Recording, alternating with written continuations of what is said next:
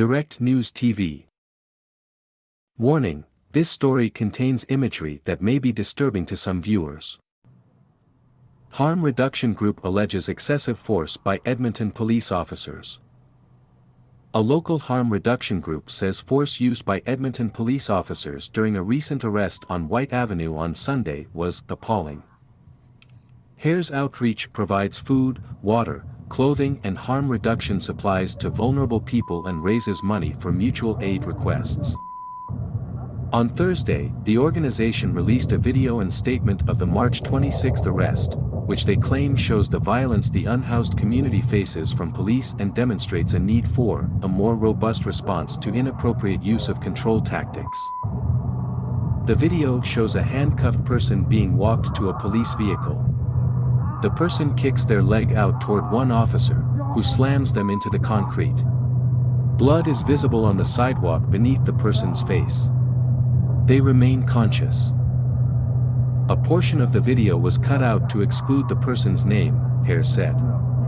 HARES also blurred their face. The officer is far bigger than the person. They've already cuffed this individual and they responded to an ineffectual kick by slamming someone headfirst into concrete, and it's just totally appalling the amount of force used in response to that, HARES said. Leading up to the video, HARES said members conducting outreach in the area noticed a person in distress in the area of 83 Avenue and 103 Street around 1:40 p.m. According to HARES, first responders tried to talk with the person who did not seem to want intervention and were verbally aggressive. The person, the organization added, is known in the community and was rude but demonstrated no desire to hurt anyone and only wished to be left alone. At this time, there were approximately 30 community members, 4 HARES volunteers and 7 first-year medical students who were visiting our outreach program as part of their inner-city health elective who had witnessed this person in distress, HARES said in a Thursday press release.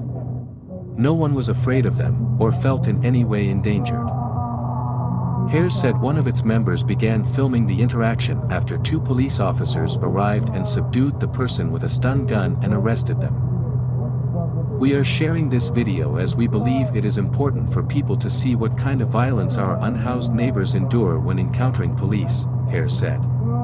In our conversations with workers and volunteers in the sector as well as unhoused neighbors, this kind of violence is worryingly common.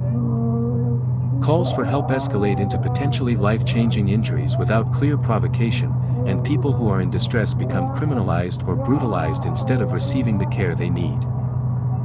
The video appears to show emergency personnel sedating the person and bandaging them before taking them away in an ambulance. The organization said it is investigating making a formal complaint but have not begun the process at this time. EPS reaction. The Edmonton Police Service said that 2 officers were called to the area to assist emergency responders with an erratic person. EPS said the person was reportedly acting aggressively towards first responders and other people on scene.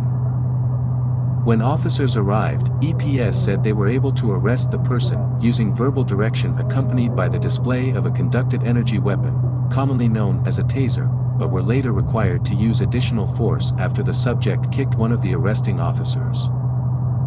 EPS said the person's chin was cut. They were taken to hospital. The police spokesperson did not say if the person remains in hospital or if they have been released. The use of force was reported and documented per EPS protocol. Police were aware they were being filmed, and requested witness statements and video from bystanders and other first responders on scene, EPS said in a statement Friday.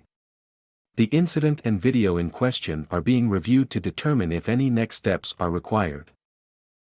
There is no change to the duty status of the officers involved. HARES said it has located the person and said the individual remains in the ICU.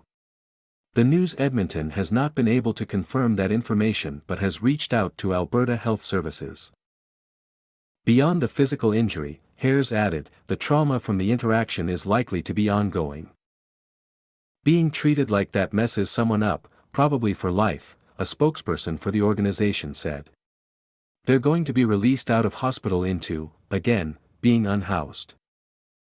And it's very possible that they'll have a similar interaction with police, and that could well go worse as a result of the psychological trauma.